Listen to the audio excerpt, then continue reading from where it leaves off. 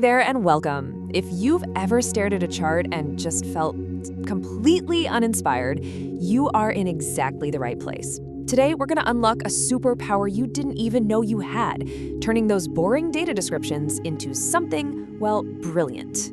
Let's get into it. Sales went up, then sales went down, then sales went up a bit. Oh, the horror. This right here, my friends, is the #1 crime of data description. And today, we're going to make sure you never, ever commit it again.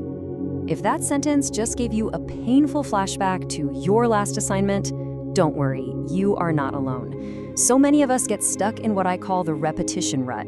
But the good news is, today, we're building your Verbal Toolkit, a whole collection of awesome words that will get you out of that rut forever.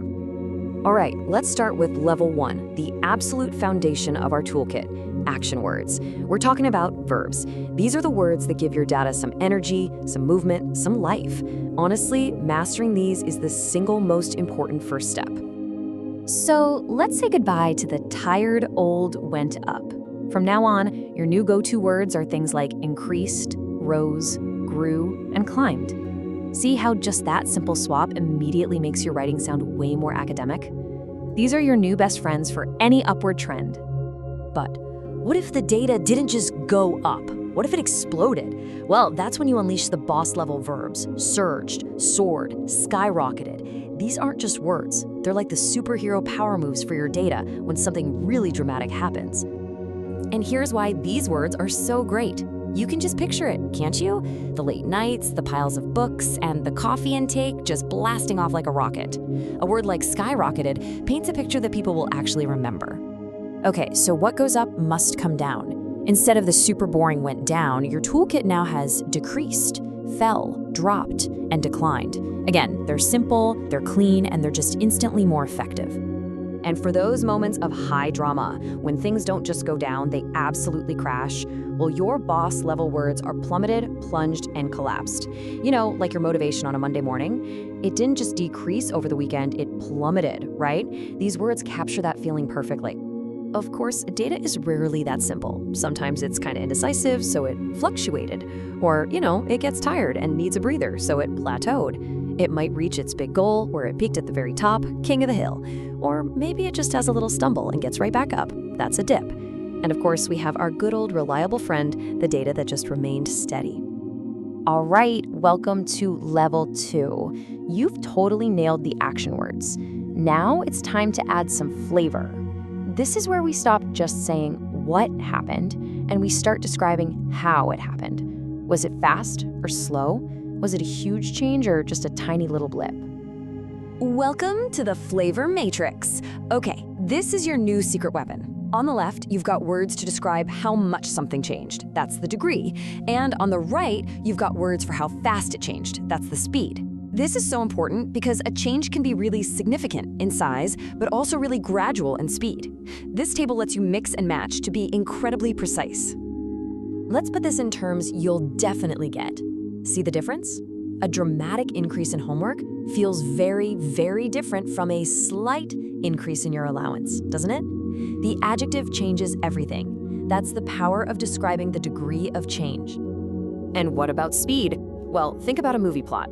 Some stories build up really slowly, letting that tension grow, and then others just hit you with a sudden twist you never saw coming. Describing the speed of your data tells the reader exactly what kind of story they're looking at. Okay, you've mastered the verbs, you're adding flavor, you are already sounding fantastic. But now it's time to level up one more time. We're moving on to the pro-level tools. These are the final touches that will make your analysis sound truly sophisticated. Think of transitional words as the GPS for your reader. They just create a smooth, easy-to-follow path from one idea to the next. Using however tells your reader a contrast is coming up. Using consequently shows them a result is on its way. These little words make a huge difference in how clear and logical your writing feels. Okay, this next tool is a total game changer. A lot of the time, the points on a graph don't land on a perfect clean number. Using approximating language, words like about or roughly, is so smart. It shows you're actually interpreting the chart carefully. And, funny enough, it actually makes you sound more credible, not less. So you need to build up your approximation arsenal. Instead of guessing a number and maybe being wrong, you can say with total confidence that the value was approximately 55, or in the region of 1.2 million, or that it fluctuated between 10 and 15%. This is the real secret to sounding precise even when the numbers aren't. Okay, this is it, the moment of truth. We've built the toolkit, we've grabbed the pro-level gear, now it is time to put it all together. Let's see the incredible transformation you can now pull off. This is your new superpower in action. Let's go back to the scene of the crime. Remember this little sentence? Sales went up, then sales went down, then sales went up a bit. Yawn. Now, listen to what happens when we use our new tools. Initially, sales surged dramatically. However, they subsequently plummeted before staging a slight recovery. Whoa, just listen to that difference. It's clear, it's detailed, it's just brilliant. So, there you have it, your simple 4-step upgrade process. 1. Start with a powerful action word. 2. Add some flavor with an adjective or adverb. 3. Connect your ideas with those smooth transitions. And 4. Use approximation language to sound precise. That's it. That's the formula for amazing chart descriptions every single time. You see, every chart, every graph, every single piece of data is telling a story. It has drama and suspense, it has quiet moments, maybe even some heroes and villains. You now have all the tools you need to be a master storyteller. So the only question left is, how will you tell it?